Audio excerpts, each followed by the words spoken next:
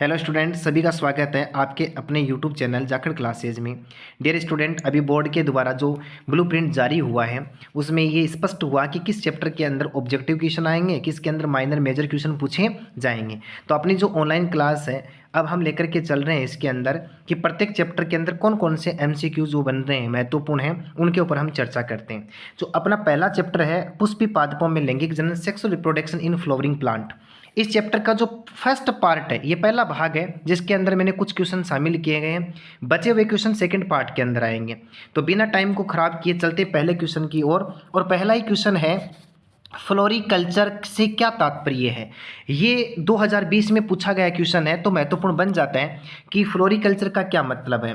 तो आपको ध्यान रखना, देखो, आटे को गूंथना, पुष्पों की खेती, फलों की खेती, शहद की खेती, इन चार ऑप्शन में से कौन सा ऑप्शन करेक्ट होगा। तो अभी आपने सिलेबस पूरा पढ़ लिया है तो आपको पहले खुद को दिमाग लगाना है। मैं 30 सेकंड के बाद में इस प्रश्न का उत्तर देने वाला हूं, तब तक आपको खुद को उत्तर देना है और खुद का आंकलन करना है, खुद की टेस्टिंग करनी है कि हम अब तक कितनी तैयारी कर चुके हैं। तो डियर स्टूडेंट, 30 सेकंड पूरे होने को जा रही हैं और मैं इस क्वेश्चन के उत्तर पर पहुंचता हूं। और जो बता रहा हूं आपको ध्यान देना, पुष्पों की खेती जो होती है उसको क्या कहा जाता है, फ्लोरिकल्चर कहा जाता है। तो अपनी नोटबुक में नोट कर लीजिए या फिर इस वीडियो को सेव कर लीजिए। फिर देखो बढ़ते हैं अगले क्वेश्चन की ओर। आर्कटिक टुंड्रा में प्राप्त किसके बीज थी। तो हमने इस चैप्टर में ही पढ़ा था, देखो क्या था वो, ल्यूपाइन। क्या था, ल्यूपाइन। यदि आपको याद हो तो ल्यूपिनस आर्कटिकस, जिसके जो बीज जो थे, आपको यदि ध्यान है तो खनन से प्राप्त हुए थे और 10,000 वर्ष की प्रसुप्ति के बाद में वो क्या हुए थे, अंकुरित और पुष्पित हुए थे। तो आपको ध्यान रखना है, इसका उत्तर क्या हो जाएगा, ल्यूपाइन। बढ़ते हैं अगले क्वेश्चन की ओर। पराग कणों को कई वर्षों तक द्रव्य नाइट्रोजन में संरक्षित रखा जा सकता है जिसका तापमान होता है, कि भाई किस टेम्परेचर के ऊपर हम पराग कणों को लंबे समय तक द्रव्य नाइट्रोजन की उपस्थिति में क्या कर सकते हैं, स्टोर कर सकते हैं। माइनस का 196 डिग्री सेंटीग्रेड तापमान, माइनस का 80 डिग्री सेंटीग्रेड तापमान, माइनस का 120 डिग्री सेंटीग्रेड तापमान, माइनस का 160 डिग्री सेंटीग्रेड तापमान। स्किल पावर को यूज कीजिए और आइडेंटिफिकेशन कीजिए, इमेज कीजिए कि क्या हो सकता है। आपने पढ़ा होगा, तो मैं इसके उत्तर की ओर जा रहा हूं। आपको ध्यान रखना है माइनस का 196 डिग्री सेंटीग्रेड। तो इस क्वेश्चन का उत्तर हो जाएगा ए ऑप्शन। क्या हो जाएगा, ए ऑप्शन। उम्मीद करता हूं क्लास बहुत ही बेहतरीन तरीके से आपको समझ में आ रही होगी। बढ़ते हैं अगले क्वेश्चन की ओर। प्राथमिक भ्रूणपोष केंद्रक होता है। देखो, प्राथमिक भ्रूणपोष केंद्रक होता है, एन होता है, 2n होता है, 3n होता है, 4n होता है। याद करो, देखो प्राथमिक भ्रूणपोष केंद्रक क्या होता है, पहले आपको ये याद रखना है। तो देखो मैंने आपको बताया था कि एम्ब्रियो सेक के अंदर, भ्रूणकोष के अंदर, मैं यहाँ पर बना रहा हूँ किसके अंदर, भ्रूणकोष के अंदर एक बीच में एक संरचना बन जाती है और जिसका मैंने नाम बताया था आपको, PEN, यानी पेन। पेन का मतलब होता है प्राइमरी एंडोस्पर्म न्यूक्लियस, यानी प्राथमिक भ्रूणपोष केंद्रक। और ये कैसे बनता है, तो आपको याद रखना है, जो प्रागनली का जो आती है, देखो ध्यान देना, फिर से एक डायग्राम को ड्रॉ करते हैं हम। ध्यान देना, ये जो वर्तिकाग्र था और वर्तिकाग्र पर प्रागकण, और प्रागकण से क्या निकली थी, प्रागनलिका। और इस प्रागनलिका के अंदर कितने नरिगुमक थे, 2 नरिगुमक। इसमें से एक नरिगुमक क्या काम करता है, ध्रुवीय काय के साथ में जुड़ जाता है। किसके साथ में जुड़ जाता है, ध्रुवीय काय के साथ में जुड़ जाता है। अब आपको ध्यान रखना है, ध्रुवीय काय पहले से क्या था, 2n, और एक न्यूक्लियस इसके अंदर और आ गया, 2n plus n is equal क्या हो गया, 3n। तो आपको याद रखना है प्राथमिक भ्रूणपोष केंद्रक क्या होता है, 3n होता है, त्रिगुणित होता है। यही आगे जाकर किस में बदल जाएगा, भ्रूणपोष में बदल दिया जाएगा। तो प्रत्येक क्वेश्चन का एक्सप्लेनेशन किया जा रहा है, यानी ऑब्जेक्टिव क्वेश्चन होने के साथ साथ में उनका पूरा एक्सप्लेनेशन किया जा रहा है, किस प्रकार से वो बना, ताकि आप अच्छी तरीके से याद कर पाएं और इनको समझ पाएं। बेटा बढ़ते हैं अगले क्वेश्चन की ओर। अपना अगला क्वेश्चन है, परागकोश के सबसे भीतरी स्तर टेपिटम का क्या कार्य है। पहले तो देखो आपको याद रखना है, परागकोश का इस प्रकार का डायग्राम था, बिल्कुल याद आया होगा आपको। ध्यान होगा कि परागकोश के अंदर 4 भित्तियां, 4 झिल्लियां पाई जाती हैं। देखो ये एपिडर्मिस हो गई, यानी बाह्य त्वचा, इसके बाद में एंडोथीसियम, और उसके बाद में मिडल लेयर, और सबसे भीतर की ओर क्या पाया जाता है, टेपिटम पाया जाता है। तो टेपिटम का काम हो, देखो ये जो 3 जो बाहर वाली लेयर होती है, NCERT सीधा सीधा कहती है, इनका काम होता है प्रोटेक्शन का, सुरक्षा करने का। और जो सबसे भीतर वाली जो परत हो गई, उसका काम होता है पोषण प्रदान करना, या भोजन प्रदान, या पोषक का काम। तो याद हुआ, तो बिल्कुल याद हुआ सर जी। आगे बढ़ते हैं। अब देखो, कच्चे नारियल का पानी है, बहुत महत्वपूर्ण क्वेश्चन है, कच्चे नारियल का पानी है, तरल भ्रूण होता है, तरल या मुक्त केंद्र भ्रूणपोष होता है, कोशिकीय भ्रूणपोष होता है या भ्रूणकोष होता है। तो आपको ध्यान रखना है कि जो कच्चे नारियल का पानी होता है, आप समझ गए होंगे वो क्या होता है, तरल या मुक्त या स्वतंत्र केंद्र भ्रूणपोष होता है। केंद्र के भ्रूणपोष होता है। पोष का मतलब होता है पोषण, और किसका पोषण, ऐसी संरचना जो भ्रूण को पोषण देती है वो भ्रूणपोष कहलाती है। तो ऑप्शन अपना ब इसका क्या हो जाएगा, करेक्ट राइट आंसर हो जाएगा। बढ़ते हैं अगले क्वेश्चन की ओर। कच्चे नारियल का सफेद गुद्दा, जिसको हमने क्या कहा है, गिरी, क्या होता है? तो आपको ध्यान रखना है, कोशिकीय भ्रूणपोष होता है, मुक्त केंद्रक भ्रूणपोष होता है, तरल भ्रूणकोष होता है, ए व ब दोनों होते हैं। देखो आपको कंफ्यूज करने के लिए मैंने एक ऑप्शन डाला, ए व ब दोनों।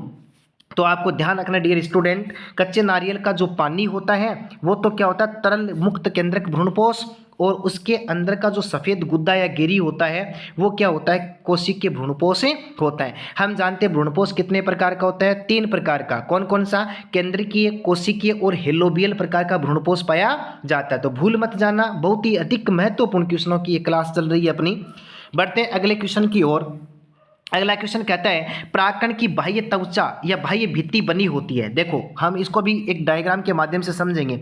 एक प्राकण जो है ना, पोलेन ग्रेन जो होता है उसका डायग्राम इस प्रकार से बनाते हैं। ये इस प्रकार की संरचना एक परागकण की पाई जाती है।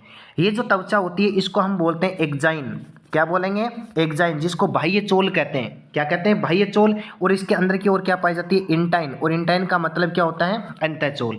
तो डियर स्टूडेंट ध्यान रहे, ये जो बाह्य भित्ति होती है किसकी बनी होती है, एक विशेष रासायनिक पदार्थ की बनी होती है जिसको स्पोरोपोलेनिन कहते हैं। क्या कहते हैं, स्पोरोपोलेनिन। आपको ये भी याद रखना है कि वर्तमान में स्पोरोपोलेनिन को डिजनरेट करने वाला एंजाइम अज्ञात है, यानी अब तक कोई ऐसा एंजाइम नहीं आया जो स्पोरोपोलेनिन को क्या कर दे, डिजनरेट कर दे या इसको तोड़ दे या अपघटित कर सके। तो आपको याद रखना है, प्राकण की बाह्य भित्ति किसकी बनी होती है, स्पोरोपोलेनिन की बनी होती है। बढ़ते हैं मजेदार क्वेश्चन की ओर। बिना निषेचन के फल का निर्माण होना।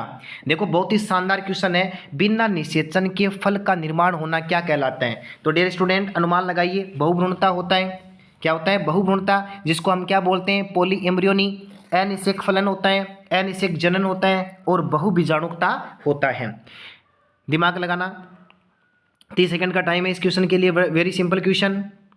तो देखो जब फल का निर्माण बिना निषेचन के होता है तो नाम से स्पष्ट हो रहा है अनिषेक फलन। क्या होता है, अनिषेक फलन, जिसको पार्थेनोकार्पी कहते हैं। जिसको क्या कहते हैं, पार्थेनोकार्पी कहते हैं। बढ़ते हैं अगले क्वेश्चन की ओर। अगला क्वेश्चन कहता है, द्विबीजपत्री पौधों में सामान्यतः भ्रूणकोष में केंद्रकों की व्यवस्था होती है। Very very very very most question, बहुत ही मोस्ट क्वेश्चन है। आपको दिमाग में रखना है कि जो द्विबीजपत्री प्लांट होते हैं यानी डाइकोट प्लांट होते हैं, उनके अंदर जो एम्ब्रियो सेक बनता है उसके अंदर जो न्यूक्लियस हैं, केंद्रक होते हैं, उनका अरेंजमेंट किस प्रकार से होता है। तो देखो डायग्राम बनाते हैं। ये अपने पास में एक एम्ब्रियो की स्ट्रक्चर हो गई, 3 कोशिका ऊपर, 2 कोशिका बीच में पाई जाती हैं और 3 कोशिका इस प्रकार से नीचे।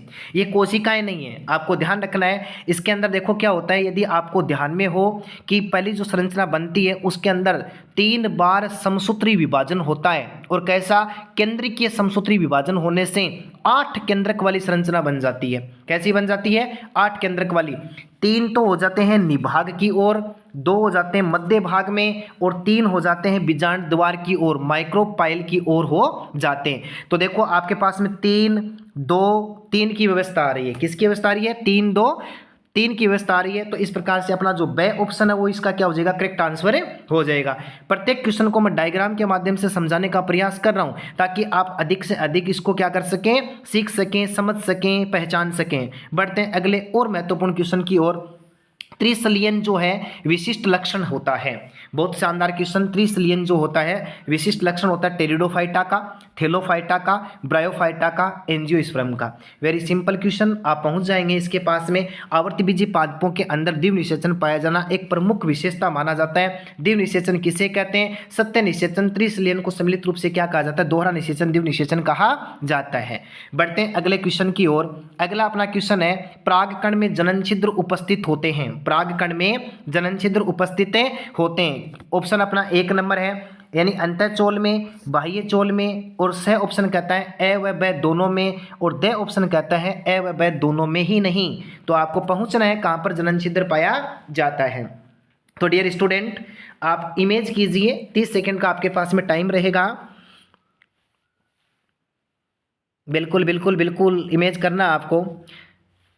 तैयारी को इस प्रकार से धार देना, तलवार से भी पेनी तीखी धार हो जानी चाहिए आपके दिमाग की। क्वेश्चन को देखते ही आपके दिमाग में उत्तर आना चाहिए। इस प्रकार का मेरा प्रयास रहेगा कि इधर से एक नंबर भी इधर से उधर नहीं होने दिया जाएगा। विश्वास कीजिए, आप इसी प्रकार से ऑनलाइन क्लास के साथ में जुड़िए। जो बच्चे जुड़ रहे हैं उन सभी का आभार व्यक्त करता हूँ। आपके क्वेश्चन का आंसर जो है वो दिमाग में आ गया होगा। डियर स्टूडेंट, बाह्य चोल के अंदर ही क्या पाया जाता है? जनन छिद्र पाया जाता है।